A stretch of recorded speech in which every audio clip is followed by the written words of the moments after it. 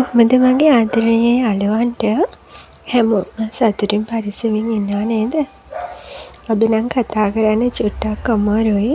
හොඳටම සෙම වැඩි වෙලා කැස්සයි ලෙඩ ගොඩක් ඉතින් ඇදිලා තමයි ඉන්නේ දැන් නම්. කොහොම හරි ඉතින් මේ වීඩියෝ එක වොයිස් කරගන්නත් ඕන නිසා මං හිතුවා ඉතින් කොහොම හරි කරනවා කියලා. කතා කරන්න ඉතින් පොඩ්ඩක් අපහසු නිසා පොඩි අතපසුවීම් වෙන්න පුළුවන්. ඒකට ඉතින් මුලින්ම සමාව ඉල්ලනවා. වීඩියෝ එකත් එක්ක දිගටම රැඳිලා ඉන්න කියලාත් ආදරයෙන් මතක් කරනවා. ඉතින් මගේ කටහඬේ අවුල් ඇස්සේ අපේ චූටියත් ඔන්න සැරෙන් සැරේ එක සද්ද දානවා. ඒවත් ඉතින් මගේ යාළුවන්ට ඇහෙනවා ඇති. අනේ ඉතින් වැඩි ගණන් ගන්න එපා. තුන් දෙනාටම කැස්සයි එම්බිරිස්සාවයි හැදිලා තමයි තියෙන්නේ ඉතින්. ලෙඩ ගැන කිය හිටියට ඉතින් මේ මොකද කරන්න කියලා කියන්න බැරි වුණානේ තාම නේද? බබාගේ සෙල්ලම් බඩු ටික ඔක්කොම සාලේ තමයි තියලා තිබුණේ. ඉතින් මට හිතුණා ඒ ටික මේ චූටි බබා ඉන්න කාමරෙන්ම එයාට වෙන තැනක් හරි ගස්සලා දෙන්න සෙල්ලම් බඩු ටික තියාගන්න. ඉතින් අර ඇඳ පිටිපස්සේ පිටිය අතරේ චූටි ඉඩක් තියෙනවා. එතනින් ඉතින් මම මේ ලොකු පුතාගේ සෙල්ලම් බඩු ටිකත් අස් කරලා දුන්නේ. මොකද මට මේ දෙන්නම එක තැන තියාගෙන බලා ගන්න ලේසි නිසා. චූටියා ඇඳේ ඉන්න වෙලාවට ඉතින් පුතා තනියම සාලේ සෙල්ලම් කර ඉන්නත් දැන් වැඩි කැමති නැහැ. ඒ නිසා ඉතින් මෙතනින් තියාගත්තාම මට දෙන්නම බලා ගන්න ලේසි නේ. ඒ නිසා තමයි ඉතින් මම මේ බඩු ටිකත් චූටි බබා ඉන්න කාමරේටම ගත්තේ. ඉතින් මේ වැඩේ නම් මං කරේ ඊයේ හවස් වෙලා වගේ. අද දවසේ උදේ ඉඳන් කරපු අනිත් වැඩ ටික තමයි ඉතින් මේ වීඩියෝ එකේ තියෙන්නේ. බබාලා දෙන්නත් එක්ක තනියම හිටපු දවසක් තමයි ඉතින් අදත්. එහෙනම් ඉතින් බලමුකෝ අද දවසේ අපේ උදේවරුව කොහොමද ගෙවුනේ කියලා නේද? මේ ටික ඉතින් මෙතනින් පිළිවෙලට අස් කරලා දෙනකොට නම් පුතා හරි කැමැත්තෙන් හිටියා. ඉස්සරහට ඉතින් මොනා කියයිද දන්නේ නැහැ හැබැයි. මොකද මේ මෙතන ඉතින් අර ඉස්සෙල්ලා තරම් ලොකු ඉඩක් නැහැනේ. අද ඉස්සරහින් රෙදි කෑල්ලක් එලලා තමයි ඉතින් කොහොමද සෙල්ලම් කරන්න දෙන්නේ නම්. බලමු ඉතින් ඉස්සරහට වෙනස් කරන්න වේද දන්නේ නැහැ. මේ තව දෙයක් ඉතින් කියන්න ඕනේ. ගොඩක් නැති වෙලා තිබ්බ බඩු හම්බුණා මට. ඔයාලගේ ගෙවල් වලත් ඉතින් චූටියෝ ඉන්නවා නම් එහෙම තියෙයි නේද?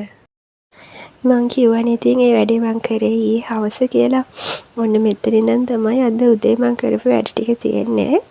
උදේ මෙතන නැගිටලා කෑම ටික හැදුවා. ඒව නම් මං වීඩියෝ කරේ නැහැ. දැන් මේ බුද්ධ පූජාව තියන්න තමයි හදන්නේ. උණු පැන් එකයි සිසිල් පැන් එකයි දෙකම තියෙනවා මම. මට ඉතින් පුළුවන් හැම දවසකම වගේ මම බුද්ධ පූජාව තියෙනවා. ඒ කියන්නේ ඉතින් සමහර දවස්වලට හැබැයි උයා ගන්න බැරි වෙනවා උදේට. කියන්නේ සමහර රැට උයපු ඒවා උදේට කන දවස් එහෙම තියෙනවා. එහෙම දවස්වලට ඇරෙන්න අනිවාර්යයෙන්ම මම බුද්ධ පූජාව තියෙනවා. ගොඩක් දුරට හැබැයි ඉතින් හැමදාම වන්දනා කරන්න නම් මට ඉඩක් ලැබෙන්නේ නැහැ. මොකද ඉතින් සමහර වෙලාවට ඔන්න මේ ටික තැම්පත් කරපු ගමන්ම චූටියා අඬන්න ගන්නවා. අදත් ඉතින් ඕන් එහෙම තමයි. මේ අන්තිම ටික ඉතින් මම මේ වීඩියෝ කරගත්තෙත් එයාව තනි අතකින් වඩාගෙන. ඔහොම තමයි ඉතින් ඒ දවස්වලට ඉතින් සියලුම දේවල් තැම්පත් කරලා ඉවර වෙලා පූජා වේවා කියලා. එහෙම ඉතින් කියනවා. පිනේ ඉතින් අඩුවක් වෙන්නේ නැහැ කියලා මට ඉතින් එහෙම හිතෙනවා. චූටියාව නිදි කරවලා ඉවර වෙලා ඉතින් ඔන්න ලොකු පුතයි මායි ආවා බාත්රූම් එක චුට්ටක් ක්ලීන් කරලා දාන්න. එයා ඉතින් වොෂ් දාන්න තමයි ආවේ. ඊට පස්සේ මම බලද්දි මේ තනියම ඉතින් සබන් කෑල්ල අරගෙන ගානවා ටැප් වල. පස්සේ ඉතින් මටත් හිතුණා චුට්ටක් ක්ලීන් කරත් හොඳයි කියලා. ලොකුවට නම් ඉතින් කුණු තිබුණ නැහැ. ළඟදී මම ඩීප් ක්ලීන් එකක් කරලා තමයි තිබුණේ. ඒ නිසා ඉතින් පොඩ්ඩක් ඔය සෝදලා දැම්මා. ඉතින් යාළුවනේ මට පුංචි ප්‍රශ්නයක් තියෙනවා. ප්‍රශ්නයක් කිව්වට ඉතින් මේක මට හිතෙන දෙයක්. ඉතින් දැන් මම බබාලා දෙන්නත් එක්ක ඉතින් උදේ ඉඳන් හවස් වෙනකන් හැමදාමත් ඉතින් එකම වැඩ ටිකනේ කරන්නේ. ඒ කියන්නේ ඉතින් ඇත්තටම කිව්වොත් මේ ජීවිතේ හරීම ඒකාකාරීනේ. එතකොට දැන් ඩේ ව්ලොග් එකක් කරා මම ඒක කියන්නේ නිතරම කරොත් එහෙම ඉතින් මගේ යාළුවන්ටත් අර එකම දේ තමයි ඉතින් හැමදාම බලන්න වෙන්නේ. එහෙම වුණාම ඉතින් මේ යාළුවන්ටත් මාව එපා වෙයි දේව බලන්න කියලා හිතෙනවා. ඒ නිසා ඉතින් මම පුංචි හරි ඒ කියන්නේ වෙනස් දෙයක් කරපු දවසකට තමයි මේ වීඩියෝ එකක් අරන් එන්නේ. මොකද ඉතින් හැමදාමත් අර එකම දේ ඉතින් එහෙම පෙන්වන්නත් බැහැනේ නේද? එහෙම බලද්දි ඉතින් යාළුවන්ට මම බලන්න එපා වෙයි කියලා මට හිතෙනවා. අනේ මන්ද ඉතින් මම නම් හැබැයි මේ දේවල් කරාට හිතේ කිසිම අකමැත්තකින් එහෙම නෙමෙයි කරන්නේ. හරිම ආසාවෙන් තමයි මම මගේ දවසේ වැඩ ටික කරන්නේ. ඒ කියන්නේ හැමදාම එකම දේ වුණත් මම මේ දේවල් කරන්නේ මගේ දරුවෝ දෙන්න වෙනුවෙන්, මගේ හස්බන්ඩ් වෙනුවෙන් කියලා හිතෙනකොට කවදාවත් මට මහන්සියක්වත් ඒ කියන්නේ එපා වෙන්නේවත් එහෙම නැහැ. ඇත්තටම මොන අසනීපයක් තිබුණත් හැමදාම මං ඉතින් මගේ අතින් වෙන්න ඕනි වැඩ ටික මං කොහොම හරි කරනවා. සමහර අය ඉන්නවනේ ඉතින් මෙහෙමත් හිතන නේද? හැමදාම විඳන් අතු ගන්න ඕනේ. හැමදාම රෙදි හොදන්න ඕනේ. අයියෝ හැමදාම උයන්න ඕනේ. එහෙම හිතන අය ඉන්නවද? ඉතින් යාළුවනේ ඒක අම්මලා වෙච්ච අපි හැමෝටම පොදු ධර්මතාවයක් කියලා කිව්වොත් හරි. මොකද ඉතින් හැම අම්මම හැම ගෘහිණියම එහෙම තමයි. අපි ඉතින් චූටි කෙල්ල වෙලා හිටපු කාලේ නම් නිදහසේ ඉතින් ජීවිතේ වින්දනේ නේද?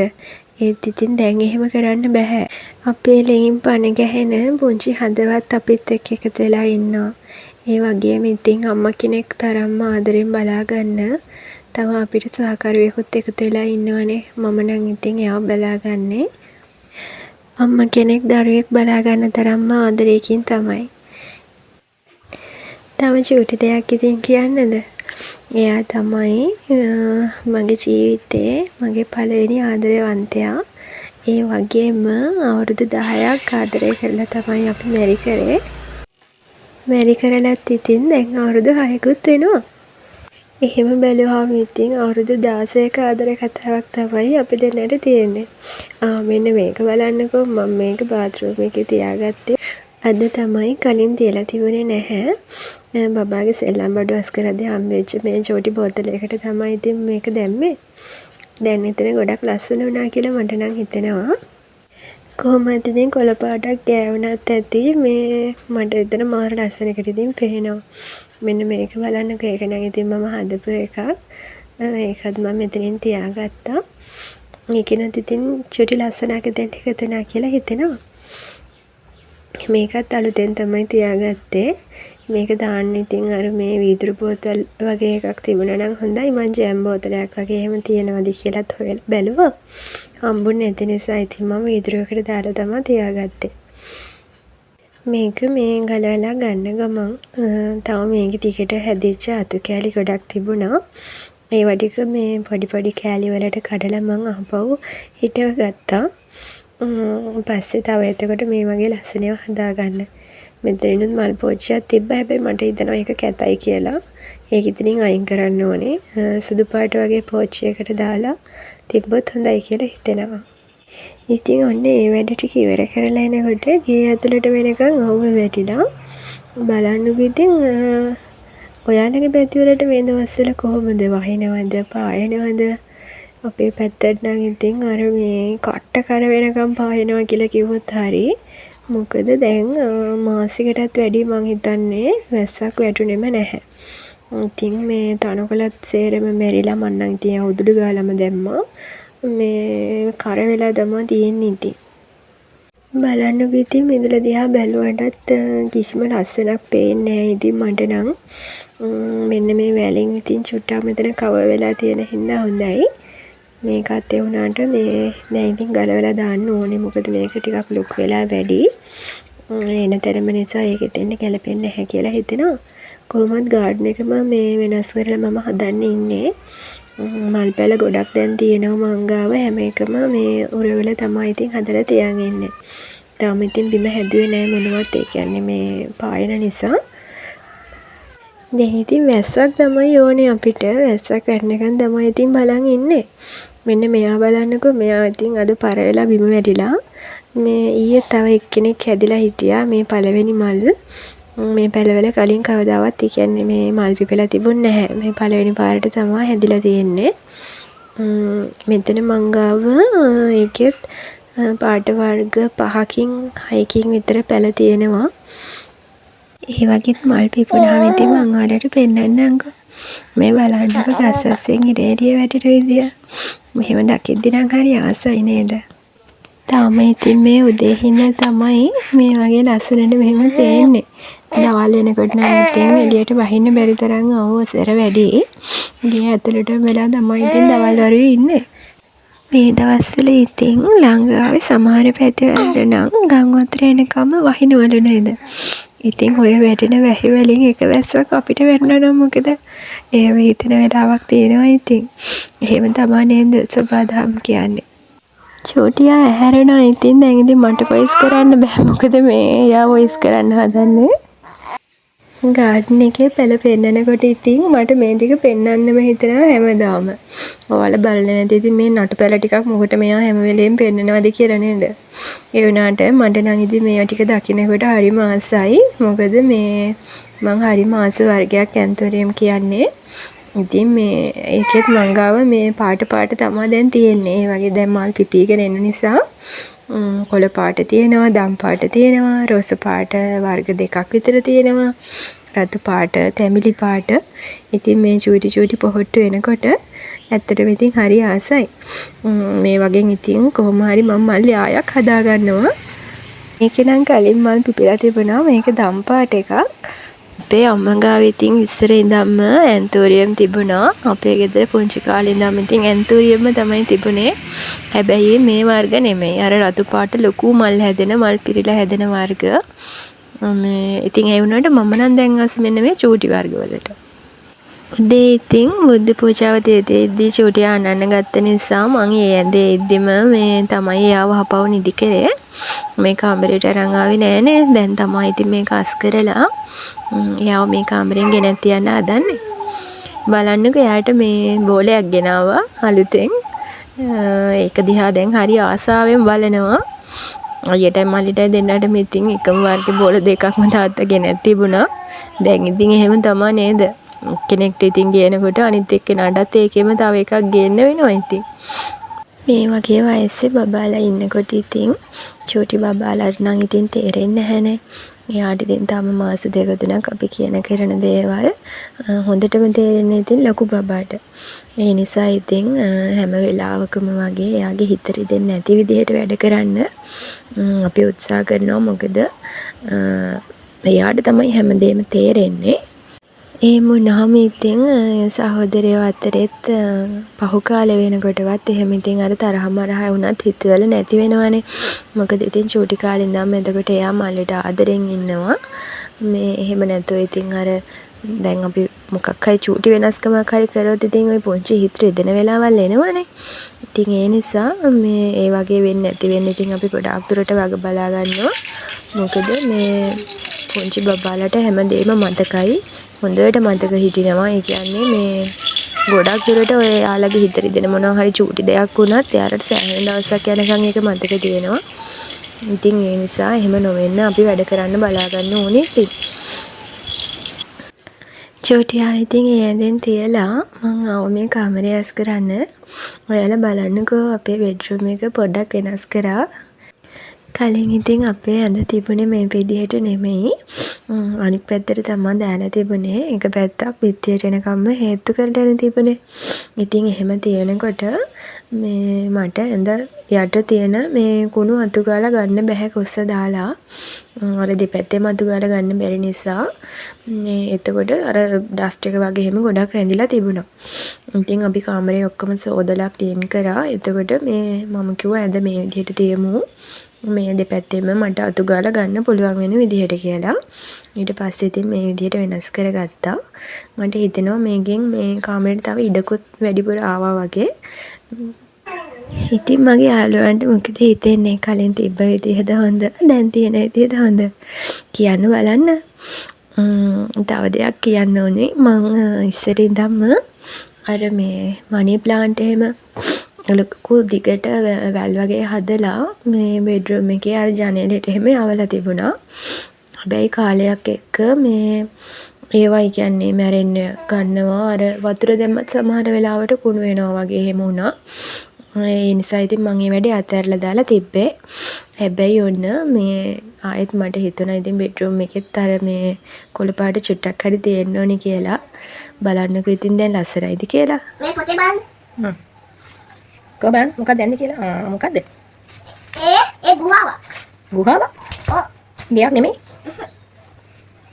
ගුහාවක්. ඔය ගුහාවක් කියන්නේ. ගුහාවේ කවුද ඉන්නේ? ගුහාවේ? ඔව්. කවුද ඉන්නේ ගුහාවේ? ගුහාවේ යක්කු. යක්කු කල් පාටට යන්නේ. අදින්න. දැන් ගුහාවක් ඇඳලා යක්කුද යන්නේ? ඔව්. ගයක් ඇඳලා මිනිස්සු අනින්නකෝ. දැන් අර දෙවල් දැන් මේ කවුද පාඩ පෙට්ටිය ගෙනත් දුන්නේ? මොනවද තියෙන්නේ? මොනවද තියෙන්නේ? ඒක මොනවද නැහැ.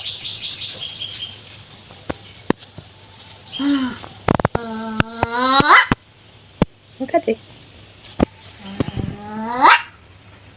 මොකද මේ පිබින්නේ?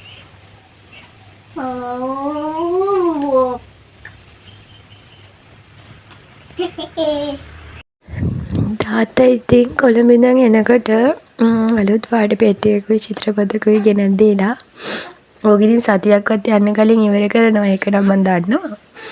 මේ කෝකත් හොඳයි ඉතින් මේ බලා ගන්න ලේසියි දැන් ඉතින් කොහමත් ඒකෙම තමයි ඉන්නේ දවසම. මේ ඉතින් යාළුවනේ පුංචි දුක හිතෙන කතාවක් තියෙනවා. මේ මට දැන් චූටියා හම්බෙලා ආපු මාසේ ඉඳන්ම ලොකු පුතාගේ බර ග්‍රෑම් 100ක්වත් වැඩි වෙලා නැහැ. දැන් මාස 4යි චූටියාට. ඉතින් මේ මාස 4කම දැන් ලොකු පුතාගේ බර කිරුවාම මාස 4ෙම එකම බර. එතකොට දැන් මේ එයාව සායනයකටත් ලියලා තියෙන්නේ. මේ කෑමත් දෙනවා. මම දන්නේ එහෙම වෙන්නේ ඇයි කියලා. පළවෙනි මාසේ වගේ නම් මට එයාව මග ඇරුණා ඇත්තටම. ඒත් ඊට පස්සේ ඉඳන් මම පුළුවන් විදිහට එයාට කෑම ටික දෙන්න දුන්නා. මේ ඒත් බර වැඩි වෙලා නැහැ. මේකට මොකක්ද කරන්න කියලාත් හිතා ගන්න බැහැ ඉතින්. කනවා කොහොමත් හොරයි. ඒ වුණාත් ඉතින් කලින් එහෙම නැතුව දැන් එහෙම උනේ මොකද කියලා අනේ මටත් හිතා ගන්න බැහැ ඉතින්. අද උදේට කෑම ගද්දී නම් ටිකක් පරක්කු වුණා. 9:00 විතර වගේ වුණා. ඊට පස්සේ ඉතින් මෙයාත් එක්ක එකතු වෙලා චිත්‍රයක් ඇඳලා බලන්නකෝ අන්තිමට හරි ලස්සනට පාට කරනවා ඉතින්. තාම ඉතින් පෙර පාසල් යන්නෙත් නැහැනේ. ලබන අවුරුද්ද තමයි ඉතින් එයා පෙර පාසල් යන්නේ. මට ඉතින් පුළුවන් වෙලාවට ගෙදරින් චුට්ට වැඩ කරන නිසා එයාට දැන් ඉතින් ටික වැඩ කරන්න පුළුවන්. මං හැබැයි බයේ ඉන්නේ මේ පෙර පාසල් දැම්ම දවසට මොනවා වේද කියලා. මොකද මේ තනියම ඉඳීද කියලා නම් ෂුවර් නැහැ මට. දැනට වුණත් ඉතින් වැඩිය ඒ කියන්නේ මේ කට්ටිය ඉන්න තැන් වලට එමත් යන්න වැඩිය කැමති නැහැ. කොපේන්නේ උන් වැහුණා. කොලේ පෙරළුණා පුතේ. ඒ බලන්න. ඒව නෙමෙයි පුතා දැන් පාඩ කරපු චිත්‍ර පෙන්නන්නම් මම.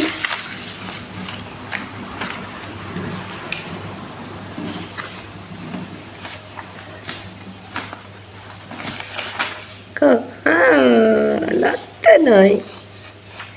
ෂෝයේ. ලස්සනයි.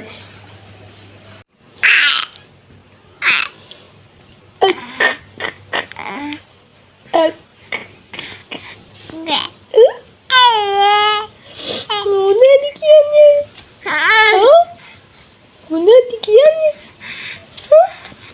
Tuti කශකදින නොයත් අම්මිට හෙම්බිරිත්තාව ගොද්දද. ඉතින් අන්න ඔය විදිහට තමයි අපි තුන්දෙනාගේ අද දවසේ උදේ වරුව ගෙවුනේ. තව ඉතින් වැඩ නම් මට හැමමයි කරන්න. රෙදි සේදුවෙත් නැහැනේ. මිඩල් නතු ගන්නත් තියෙනවා. ඒත් ඉතින් හවස් වෙලා ආව බැස්සට පස්සේ මල් වලට වතුර ටිකක් දාලාම තමයි ඉතින් මිඩල් ටික නම් අතු ගන්න ඕන. මොකද මේ සෑහෙන දෝවිල්ලක් තියෙනවා ඉතින්. මුළු ගේම දූවිල්ලෙන් වහගන්නවා. මේ නිසා හොඳට මිදුලටත් වතුර අල්ලලාම තමයි මේ මිදුල දැන් අතු ගන්නත් ඕනේ. ඒ නිසා ඉතින් ඒ වැඩෙත් මං හවසට දාගත්තා. ඉතින් අද වීඩියෝ එක හොඳයි නම් හරි, නරකයි නම් හරි, ඔයාලගේ හොඳ අදහස් වගේම මගේ තියෙන අඩුපාඩු මොනවද කියලත් ඔයාලට පුළුවන් නම් කමෙන්ට් එකකින් මට කියන්න. එහෙනම් ඉතින් අදට ගිහින් එන්නම්. ඔයාලා හැමෝටම තෙරුවන් සරණයි. තවත් චූටි දෙයක් තියෙනවා ඉතින් කියන්න. අද ඔයාලා මගෙත් එක්ක එකතු වෙන්නේ පළවෙනි වතාවට නම් මම සබ්ස්ක්‍රයිබ් කරලා මගේ channel එකත් එක්ක එකතු වෙන්න කියලාත් ආදරයෙන් මතක් කරනවා. එහෙනම් මේ වගේම තව ලස්සන වීඩියෝ එකකින් ඉක්මනින්ම ඔයාලා බලන්න එන්නම්.